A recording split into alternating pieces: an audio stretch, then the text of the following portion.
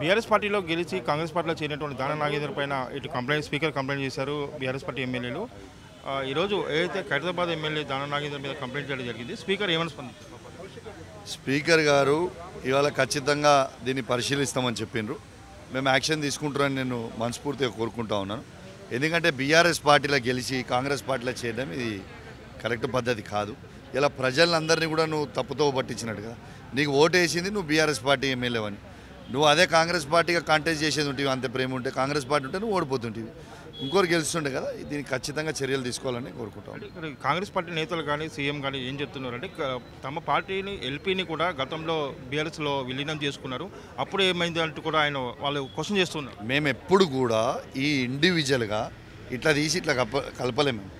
2/3 of their party వచ్చిన తర్వాత merger చేసినాం తప్పితే ఇట్లా ఇండివిజువల్గా మేము ఎవరిని కూడా ఎంకరేజ్ చేయలేము, మేము ఎవరిని కూడా కలపలేము. వాళ్ళే స్వచ్ఛందంగా వచ్చి మేము మొత్తం 2/3గా మేము మర్జర్ అవుతామంటే మర్జర్ చేసినాం. దాంట్లో తప్పేముంది, మర్జర్ చేసుకుంటే తప్పలేదు కదా. దాంట్లో ఆ టైంలో అప్పుడు చేసినాం. కానీ ఇప్పుడు ఇండివిజువల్గా అయితే ఇట్లా తీసుకొని ప్రలోభాలు పెట్టి ఇట్లా ఒక్కొక్కరు ఇండివిజువల్గా ఎమ్మెల్యేని అయితే ఇట్లా కొనుగోలు చేయలేదు ఎన్నడు కేసీఆర్ గారు. అట్లాంటి ఎంకరేజ్ కూడా చేయలేదు. ఇవాళ వీళ్ళు చేయడం కూడా చాలా బాధాకరం.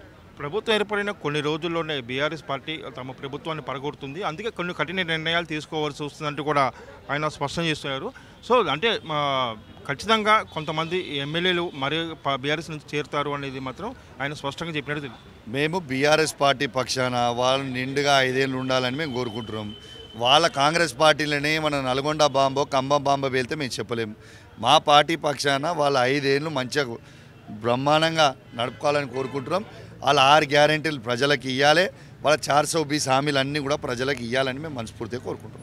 ఇంకొకటి ఏదైతే కవితకు సంబంధించినట్టు ఈడీ క్వశ్చన్ చేస్తున్న తరుణంలో ఇటు సీఎం కూడా అంటే మాజీ సీఎం కేసీఆర్ కూడా తండ్రిగా స్పందించలేదని కూడా నిన్న రేవంత్ రెడ్డి మాట్లాడారు. అంటే దీని మీద ఇగో పిచ్చోడు మాట్లాడిన దానికి ఎవరు మాట్లాడేది ఏమి ఉండదు.